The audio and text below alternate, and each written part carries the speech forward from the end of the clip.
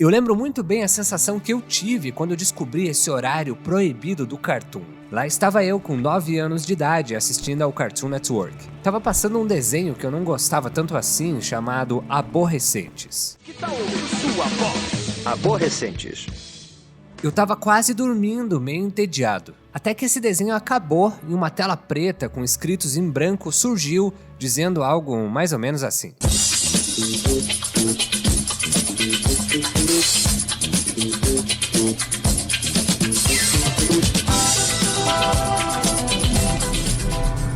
E eu fiquei, meu Deus, será que eu entrei em um canal proibido? Roubaram um sinal do Cartoon? Era pra eu estar acordado essa hora? E eu fiquei a madrugada toda assistindo Aqua Teen, Harvey o Advogado, Laboratório Submarino 2021 e Frango Robô. Claro, sem entender nada, né? Mas ficando ali só pela sensação de estar vendo algo proibido. E isso deu o maior BO aqui no Brasil, um problemão que envolveu a Câmara dos Deputados, o Guilherme Briggs, a NET e até o Celso Russomano. Hoje eu vou te contar um pouco da história do nosso amado Cartoon Network e do incrível bloco adulto, o Adult Swim.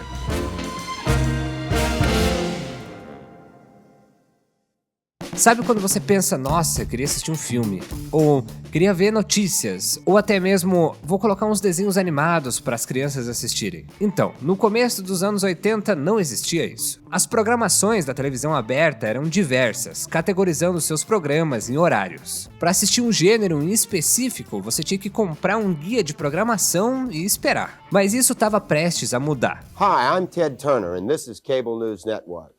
Ted Turner herdou do seu pai um negócio de outdoors e utilizou os lucros para adquirir uma pequena estação de TV em Atlanta, a WTBS. Superstation as Newswatch continues. This is WTBS, Atlanta, Georgia.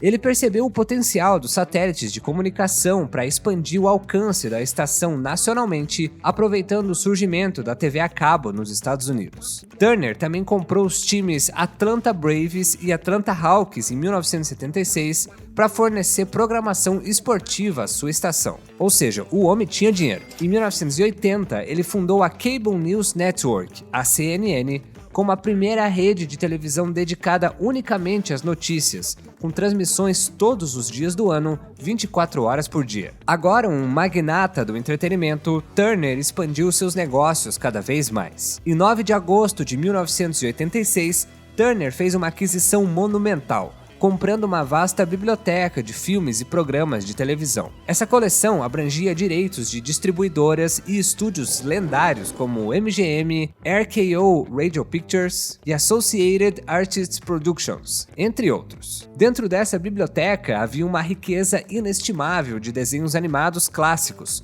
incluindo personagens icônicos como o Popeye, e curtas da Warner Bros. Dos anos 40. 2 anos depois, em 1988, Ted Turner lançou a Turner Network Television, a TNT. O canal rapidamente se tornou um sucesso, atraindo uma audiência fiel graças à sua ampla oferta de filmes clássicos. Now you can enjoy thousands of movie presentations all day and all night. To receive TNT classic movies 24 hours a day, contact your local cable operator for details. Em 1990, ele contratou o renomado estúdio Hanna-Barbera para produzir Tom e Jerry Kids para passar na TNT. Só que, pela estratégia do Turner, não se poderia misturar desenhos com filmes, pois isso perderia a característica do canal de passar filmes e séries 24 horas por dia. Então, em 1991, o Turner simplesmente comprou a Hanna-Barbera. Você com certeza lembra desse nome no início ou no final de vários desenhos clássicos. Foi só escutando um Nerdcast antigo uma vez que eu descobri que o nome da produtora, na verdade, é por conta do nome dos caras que criaram,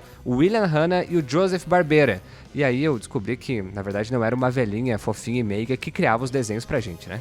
E parece que quando a gente assistiu o Cartoon Network, a vida era mais fácil. A gente tava com o nosso pijama quentinho e logo pegava no sono. Eu sei que você sente saudade dessa sensação, mas eu tenho que te dizer que isso não tem nada a ver com o Cartoon Network, tá? É porque você tá dormindo num colchão ruim, meu amigo. Por isso eu quero apresentar a nova parceira do canal, a Ema. A Ema é sinônimo de qualidade e conforto para o seu sono. Desde a compra fácil e descomplicada até a garantia de noites de sono mais tranquilas, a Ema está comprometida em melhorar sua experiência de descanso. Os colchões Ema foram testados e aprovados pelas principais instituições de pesquisa, e associações de consumidores ao redor do mundo. Sem falar no conceito Bed in a Box, que tem revolucionado o mercado de colchões. A ideia é simples: ter um colchão de alta qualidade que não requer um processo doloroso de entrega e montagem. O colchão é comprimido e selado a vácuo dentro de uma caixa até chegar na sua casa. Depois é só tirar o colchão da caixa, desenrolar e esperar alguns minutos para aproveitar. E você pode melhorar o seu sono a partir de agora. A Black Week é uma campanha especial da EMA, onde ela oferece até 60% de desconto como uma antecipação da Black Friday, para que você não precise esperar o ano todo para dormir bem. É só clicar no link exclusivo aqui da descrição e do comentário fixado e usar o cupom APROFUNDO para ganhar 10% de desconto. Durma melhor, viva melhor com a EMA. Com as aquisições dessas obras, Turner acumulou mais de 8.500 horas de animações. Ele tinha em mãos uma coleção impressionante de desenhos animados, pronta para ser explorada. Foi com essa vasta quantidade de material que, em 1º de outubro de 92, Turner lançou o Cartoon Network nos Estados Unidos. Esse novo canal era inteiramente dedicado à exibição de desenhos, uma ideia revolucionária para a época. Embora possa parecer estranho hoje, não havia canais dedicados exclusivamente a desenhos animados. A tecnologia estava apenas começando a se desenvolver, com a maioria das famílias possuindo apenas uma TV em casa. Mas na década de 80, o avanço da televisão a cabo estava em pleno curso, mas ainda enfrentava desafios significativos. Os satélites de comunicação que Ted Turner vislumbrou como uma chave para expandir o alcance da sua estação de TV estavam começando a revolucionar o setor. No entanto, a mentalidade predominante era conservadora. Os executivos de TV acreditavam que o público infantil não justificaria uma programação contínua. Só que em pouquíssimo tempo, a televisão ficou mais barata, possibilitando ter um aparelho em outros cômodos da casa, como quarto e cozinha. E a televisão a cabo permitiu que cada TV sintonizasse num canal diferente. E aí a expressão zapear nos canais surgiu no vocabulário das pessoas, justamente porque agora elas ficavam pulando de canal para encontrar alguma coisa para assistir. Foi assim que em 1º de outubro de 92 estreava o Cartoon Network. E em pouquíssimo tempo, mais exatamente em 30 de abril de 93, estreou o Cartoon Network no Brasil. A seguir, Pernalonga e Patolino, eles são uma graça. Eles me fazem dizer no Cartoon Network. Desde o início, o canal conquistou uma base de fãs leais e tornou-se rapidamente um dos mais assistidos da televisão por assinatura brasileira. E eu assisti o Cartoon da mesma maneira que vários brasileiros, pela Gato.net. Hoje eu sei que essa era uma forma popular de piratear o sinal da net devido ao seu alto custo na época. Mas eu cresci achando que o nome da net era Gato.net, oficialmente. Para a gente entender bem a história do Cartoon Network, a gente precisa dividir a sua história em eras. A primeira era, conhecida como Checkerboard, trouxe uma identidade visual distinta ao canal. As vinhetas com fundo xadrez eram a marca registrada dessa fase, apresentando uma variedade de clássicos como o Looney Tunes, os Flintstones e o Popeye. Esse período não só celebrou os desenhos animados do passado, mas também plantou as sementes para o futuro da animação. Foi durante a era Checkerboard que o Cartoon Network lançou um programa inovador chamado What a Cartoon Show. O conceito era simples: exibir curtas-metragens de animação criados por animadores e roteiristas independentes. Esse projeto ofereceu uma plataforma para ideias que estavam engavetadas há anos, permitindo que criadores talentosos contassem as suas histórias. O Cartoon Network forneceu o orçamento, a estrutura e o suporte necessário para que esses artistas pudessem dar vida às suas criações. O What a Cartoon Show foi um verdadeiro laboratório criativo e dele surgiram programas que se tornaram ícones da animação. Só para você ter uma ideia, foi ali que nasceu o Laboratório de Dexter, Johnny Bravo, A Vaca e o Frango, Dudu e Edu, Eu Sou o Máximo e, claro, As Meninas Superpoderosas. Em 1998, o canal passou por uma transformação com a era Powerhouse. As vinhetas se tornaram mais dinâmicas e coloridas, e essa era frequentemente lembrada como uma das mais vibrantes do canal, como uma programação que incluía clássicos, animes e novas produções originais. Foi nessa época que surgiram desenhos incríveis como Coragem, o Cão Covarde, Samurai Jack, O Que Há de Novo, Scooby-Doo, Liga da Justiça, Os Jovens Titãs, Robô Gigante, KND, A Turma do Bairro, Star Wars, Clone Wars, Mega XLR e As Terríveis Aventuras de Billy Mandy. Em 2002, estreava também um dos meus blocos preferidos, o Toonami. A experiência Cartoon Network que você estava pedindo, Toonami, começa agora. Ele era apresentado por um robô chamado Tom e foi um dos principais responsáveis por fazer eu gostar de Inuyasha, Yu Yu Hakusho, Dragon Ball Z, Dragon Ball GT, Pokémon, Cavaleiros do Zodíaco, Samurai X, Super Campeões, entre outros. E eu preciso deixar uma menção honrosa ao trampo do Carlos Tureta, que você provavelmente não conhece por nome nem por rosto, mas sim pela voz. Vamos agora também falar que nós temos aqui na plateia, temos uma pessoa muito importante aqui na plateia, eu queria mandar um abraço, o meu querido Carlos Tureta do Cartoon Network tá lá em cima. Vamos dar. Olha lá. Não perca o plantão do Taz, hoje às 8 da noite, somente no Cartoon Network. Não perca a nova série da Turma da Mônica, domingo ao meio-dia no Cartoon Network. Em 2005, o Cartoon Network entrou na era City, reformulando a sua identidade visual para refletir a imagem de uma cidade onde os personagens das animações conviviam. Tipo um multiverso, sabe? O logotipo do canal foi simplificado para CN e as vinhetas apresentavam os personagens em diversos locais urbanos. E aí, professor? Tá com problema no carro? Parece que tranquei minhas chaves no carro. Quantos gênios é preciso para abrir a porta de um carro? Tentou abrir a porta? Que tolice! Ó, não vai pegar no sono porque antes você precisa se inscrever aqui no canal. Isso me ajuda muito a aumentar os números e cada vez mais trazer vídeos mais elaborados como esse pra você. Se você quiser ter o seu nome no final de todos os vídeos, me ajudar a escolher os temas e ainda assistir todos eles um dia antes de todo mundo, faça parte do Clube Aprofundo. Se essa pequena quantia couber no seu bolso, você vai ajudar muito o canal, além de participar de uma comunidade que cresce cada vez mais. É isso, vamos voltar pro vídeo, obrigado. Aproveitando essa mudança de eras, o Cartoon Network trouxe um dos maiores sucessos dos Estados Unidos para o Brasil, o Adult Swim. O bloco foi lançado no Brasil em 7 de outubro de 2005 e seguiu a mesma linha que o Adult Swim americano. A gente só vai ter que voltar no tempo um pouquinho para entender a história por trás de tudo isso. No início dos anos 2000, o Cartoon Network enfrentava um desafio peculiar. As crianças, o seu público-alvo principal, não ficavam acordadas até tarde da noite. Consequentemente, as horas noturnas do canal eram uma oportunidade perdida para os anunciantes, resultando numa programação noturna morta. Foi aí então que a equipe do Cartoon Network teve uma percepção importante. Não eram apenas as crianças que gostavam de desenhos animados, os adultos também eram grandes fãs, especialmente impulsionados pelo sucesso dos Simpsons. Mike Lazo, o programador original do Cartoon Network, viu uma oportunidade. Ele criou o Adult Swim como um bloco de shows noturnos voltados para adultos. Parents strongly caution the following programs are intended for mature audiences over the age of 18. These programs may contain some material that many parents would not find suitable for children and may include intense violence, sexual situations, coarse language, and suggestive dialogue. Esse bloco surgiu das tentativas anteriores do Cartoon Network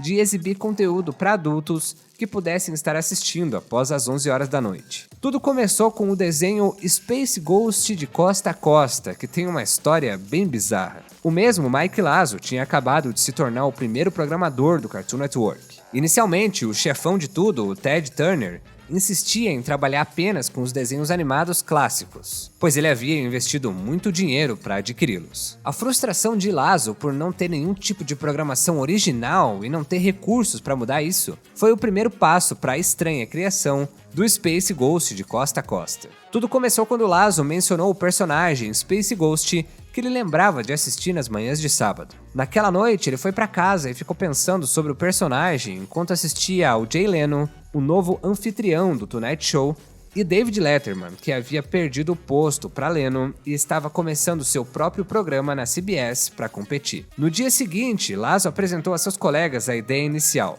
um talk show bizarro e nonsense onde Space Ghost entrevistaria personalidades famosas com muito improviso. Meus próximos convidados são a banda favorita do Zorak. Por favor, recebam os Ramones. Valeu, cara.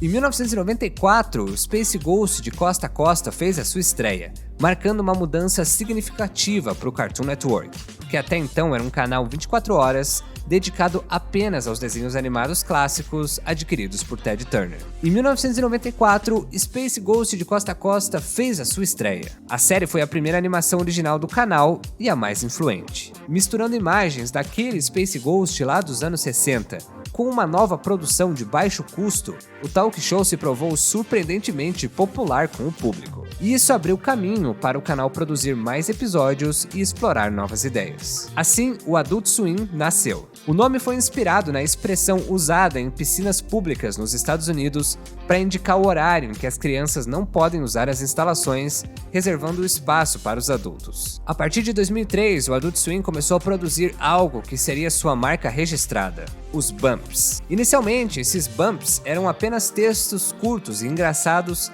mas rapidamente os fãs começaram a criar suas próprias versões. Esses segmentos podiam incluir textos humorísticos, lições de vida, anúncios disfarçados, animações, fotos e citações. Tipo assim, ó.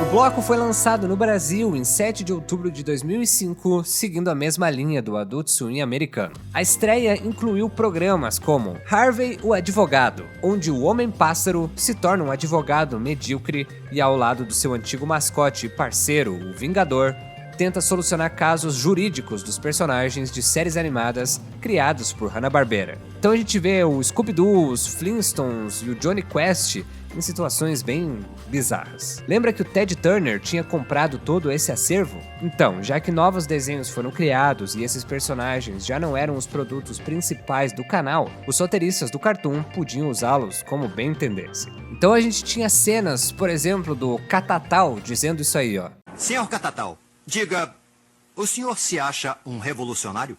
Eu não, mas acredito que as grandes empresas nos tiram a dignidade e a independência e que estes sistemas devem ser destruídos, queimados ou nivelados pela força que se fizer necessária. Ou o caso do Vulcão Negro. Não é verdade que só deixou os super amigos porque você foi demitido? Eles disseram que era contenção de despesas, mas acho que foi porque reclamei de sempre me darem um parceiro branco. Como eu poderia saquear quando não estivessem olhando? Acha que fui eu que escolhi o nome Vulcão Negro? Claro que não. Eu era o Super Volt. Vulcão Negro é coisa do Aquaman. Eu disse a ele, por que a gente não chama você de peixe branco? Tem até um episódio que o Salsicha é preso por estar fazendo o uso da verdinha, sabe? Não se preocupe, uma noite na cadeia não mata ninguém, só fortalece. Lembra de mim? E de mim? Ei, deixe-me fazer isso. Pare de puxar, vai entalar. Também tinha o Aquatim, onde a gente acompanhava a vida de 3 personagens de fast food, uma batata frita, um copo de refrigerante e uma almôndega, que se unem para resolver mistérios em Nova Jersey enquanto tentam dividir um apartamento. Se você nunca viu nada desse desenho, a vibe era mais ou menos essa aqui. O cabelinho tá vindo pra cá. Venha fora daqui, eu cuido disso. Sumam daqui, almôndega, rápido, rápido! Abre a porta! E aí, fala, Peterson, paga no peitinho, descartável. Vocês viram meu robô? Essa boca! A gente não viu, não. É, porque meu estoque de sangue tá meio baixo agora. Ele tinha que resolver logo essa porra pra mim. Se preocupe com isso não, Peterson. Eu aviso se encontrá-lo. Escuta, quer comer alguma coisa? Posso preparar um lanchinho na nossa cozinha assombrada. Cabeludo! Quer comer alguma coisa? Eu vou lhe dar um conselho. Você é um rapaz novo, um rapaz bem apessoado, a barriguinha bonita, os peitos bonitos. Invista seu dinheiro em imóveis. Seguinte, tu não fica cobertando aquele robô filha da p*** não, hein, ô seu Zé Bus... Tinha também o Laboratório Submarino 2021. A série usa cenas de um desenho da Hanna-Barbera chamado Laboratório Submarino 2020, que é bem pouco conhecido no Brasil. No Laboratório Submarino 2020, a tripulação pesquisava sobre a vida marinha e combatia eventuais perigos como poluição e caçadores. Na versão adulta, o Laboratório Submarino 2021, a tripulação ficou louca após permanecer 1 ano presa dentro do laboratório, e pouco a pouco foi deixando de lado as pesquisas. Assim como grande parte das animações do Adult Swim, a série usa o nonsense, o que leva a, entre outras coisas, ignorar a continuidade, já que o laboratório explode no final de quase todos os episódios. Você sabe! Vamos fazer parecer que ele caiu de bobeira. É, e parece que ele caiu mesmo. Beleza, me ajude a tirar a roupinha dele. Vamos bater foto pra fazer chantagem. Foi assim que papai largou a bebida. Tinha também o Frango Robô, um stop motion que satiriza a programação dos canais americanos e a cultura pop em geral. Tudo serve de paródia no programa, desde brinquedos, filmes, televisão, modismos populares, história, religião, tudo mesmo. Anos atrás, um trecho de 4 segundos da série se tornou viral na internet, virando meme. Acertei! Ai, vou cantar com uma patia. Mas tinha coisas muito mais engraçadas e sátiras que mexiam em assuntos bem espinhosos. Todos esses shows já tinham sido testados e aprovados pelo público americano. Mas você já deve ter percebido ao longo desse vídeo que todos esses programas têm uma coisa em comum: a incrível dublagem brasileira, que teve um papel crucial na popularidade e na identidade do bloco Adult Swim no Brasil. A adaptação das animações para o público brasileiro foi feita com aquela ideia de refletir a cultura local, incorporando expressões e referências que se conectavam com o público nacional. Essa característica se torna muito evidente em animações como o Aqua Teen, que foi dirigida pelo mestre Guilherme Briggs. No caso do Aqua Teen, a dublagem foi realmente muito abrasileirada. Os personagens utilizavam um monte de gírias e expressões brasileiras, e isso por si só tornava o desenho muito mais acessível e muito mais engraçado. Porque o cliente mandou o Aqua Teen, né, e falou assim: olha, quando começa assim, olha, look, né, é um desenho para adulto, mas não vai exagerar. Mas também não deixa meio bobo. Mas pode pegar pesado, mas não tanto. Eu falei, o que eu vou fazer? Olha, pode falar, desculpa os palavrões. Pô, eu tô no fogo. pode falar um merda, pode falar um porra, mas peronomútil, não exagera. Eu falei, tá. Aí eu botei um falando merda, falando não sei o quê, pipipi, pipipi. Aí voltou uma carta do cliente. Não, vocês não entenderam. Isso é desenho para adulto. Pode soltar um pouco mais, O cliente achou bobeira. Então, vamos levar a um outro nível. Aí todo mundo, beleza, só que a gente extrapolou. Mama, eu quero ir pro shopping. Aí o cara dá um negocinho assim, aí ele fala, eu comprei isso aqui ali na padaria da Rua Uruguai com a Conde Bonfim. Eu ainda botava a localização. Aí a múmia batia na quentinha. Essa porra tá torrada. Aí o Drummond olhava bonitinho, olhava pra mim. Pode falar porra? Eu falei, fala, Drummond, pode falar. É que era muito... Não era comum. Era natural. Desenho pra adulto. Não era comum, eu nunca tinha visto aquilo. Nunca falamos assim, nunca foi falado assim. Passar na Cartoon, cara. O Adult Swim é um produto da Cartoon. A liberdade criativa e a falta de censura no Adult Swim permitiram a exploração de temas e estilos que não eram comuns na televisão tradicional, ajudando a definir o bloco como um dos projetos mais inovadores da programação noturna americana. Mas estava na hora dele vir para o Brasil e aqui nessas terras as coisas sempre tomam caminhos inesperados. Mas o bloco Adult Swim enfrentou sérios desafios jurídicos, políticos e morais no Brasil devido às críticas de pais preocupados com o conteúdo adulto exibido. Em uma audiência na Comissão de Defesa do Consumidor em abril de 2008, parlamentares como o Barbosa Neto e o Celso Russomano discutiram a adequação dos programas com argumentos sobre a insuficiência dos bloqueios de canais e a categorização do Cartoon Network como infantil. Apesar das defesas do canal sobre o público-alvo adulto e os avisos da restrição etária, a pressão política e moral levou à retirada do Adult Swim do ar em 2008. Após a saída do Cartoon Network, o bloco chegou a migrar para outros canais, mas não conseguiu replicar o seu sucesso inicial. Em 2020, o bloco foi inserido no Warner Channel, mas nenhuma dessas mudanças conseguiu estabilizar o bloco ou recuperar sua popularidade. A constante troca de canais e a incapacidade de encontrar uma audiência estável contribuíram para a decadência do Adult Swim aqui no Brasil. Mas o canal teve a sua volta por cima aqui nas terras tupiniquins. O sucesso mundial de Rick and Morty desempenhou um papel crucial no ressurgimento do Adult Swim. A série, conhecida pelo seu humor ácido e histórias complexas, conquistou uma enorme base de fãs e demonstrou o potencial do bloco para atrair uma audiência adulta significativa. Esse sucesso renovou o interesse e a viabilidade do Adult Swim como uma marca distinta de entretenimento adulto. Em 2023, foi anunciado que o Adult Swim não apenas retornaria para a TV por assinatura, como também se transformaria em um canal próprio. Além disso, tem uma categoria exclusiva para o Adult Swim no serviço de streaming Max. Essa nova fase representa uma era promissora para o Adult Swim, que agora possui uma plataforma dedicada para alcançar seu público-alvo de maneira mais eficaz. Mas eu tenho certeza que vai ter um monte de adolescente assistindo mesmo assim. Se você quiser ir mais a fundo nesse assunto, o meu amigo Lucas Nauta fez um vídeo ótimo sobre Lost Medias do Adult Swim, e eu recomendo muito o canal dele, tá? O link tá aqui na descrição. E eu sei que a história do Cartoon Network é gigantesca e maravilhosa, cheia de coisas legais que eu não citei aqui nesse vídeo, então se você quiser um vídeo dedicado só do Cartoon Network, comenta aqui embaixo pra eu saber, que assim eu coloco lá na minha lista, porque eu tenho muita vontade de fazer.